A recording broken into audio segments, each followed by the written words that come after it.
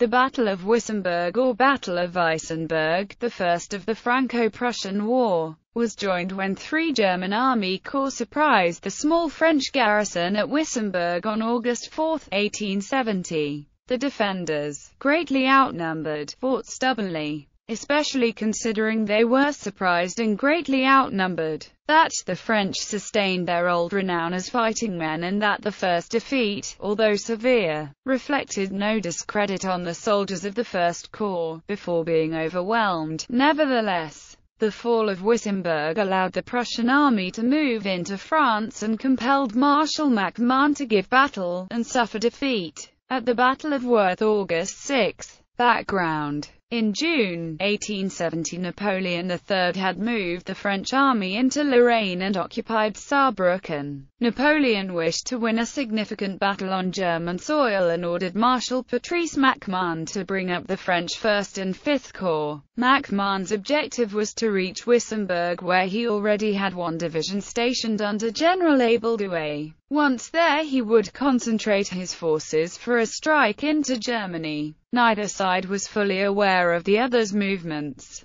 At the outbreak of war, General de Crot, commanding the 6th French Division at Strasbourg, issued orders to withdraw the elements of his forces stationed at Wissembourg and Lauterburg. The sub-prefect of Wissembourg protested this decision, not sharing Ducrot's doubts on the wisdom of diluting the 6th Division along the German frontier. General Douay's 2nd French Division set off for Haguenau July 22, making it necessary to reoccupy Wissembourg to secure Douay's line of supply, a portion of his materiel being stored in the small frontier town. In August, Marshal MacMahon concentrated his effectives at Haguenau with the object of warding off any attempts on the strategic Strasbourg, Haguenau, Bitcher, Metz rail lines, and established the following positions. Ducrot's 1st Division broke camp August 4 and established itself at Lembach in order to secure contact with General Failly's 5th Corps. Douay's 2nd Division reoccupied Wissembourg, Weiler and the nearby countryside, namely the soft hills by the Col du Pigeon near. The 1st Cavalry Brigade would patrol the frontier east of Wissembourg up to Schliethel. Prelude: Ducrot's familiarity with the terrain earned him the responsibility of overseeing the deployment of the various units in the area, including Douay's 1st Division. Accordingly, he instructed Douay to rearrange his with an emphasis on securing the heights commanding the valley of the Lauter. The main emplacements were set up on the Geisberg Plateau to the east and the Vogelsberg Plateau on the western side, leaving a single battalion in the town of Wissembourg proper. Finally, Douay was to relieve the 96th Infantry Regiment in the village of Klimabich. At this point Ducrot received gravely flawed intelligence.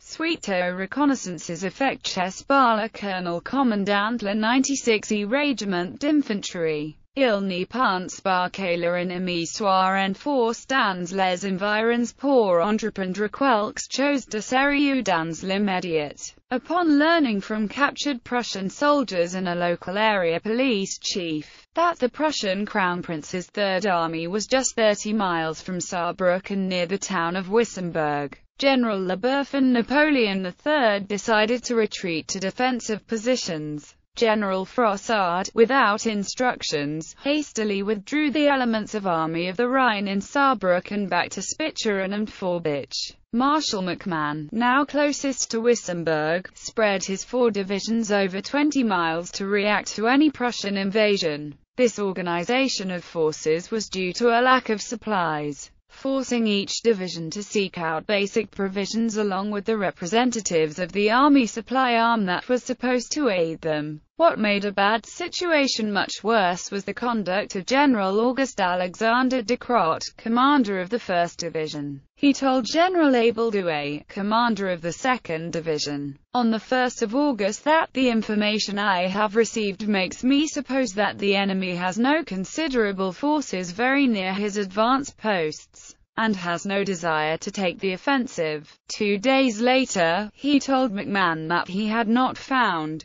a single enemy post. It looks to me as if the menace of the Bavarians is simply bluff. Battle. The battle saw the unsupported division of General Douay of 1st Corps, with some attached cavalry, which was posted to watch the border, attacked in overwhelming but uncoordinated fashion by the German Third Army. During the day, elements of a Bavarian and 2 Prussian corps became engaged and were aided by Prussian artillery, which blasted holes in the defences of the town. Douay held a very strong position initially, thanks to the accurate long-range fire of the chasseurs, but his force was too thinly stretched to hold it. Douay was killed in the late morning when a caisson of the divisional mitrailleuse battery exploded near him. The encirclement of the town by the Prussians threatened the French avenue of retreat. The fighting within the town had become extremely intense, becoming a door-to-door battle of survival. Despite a never-ending attack of Prussian infantry, the soldiers of the 2nd Division kept to their positions.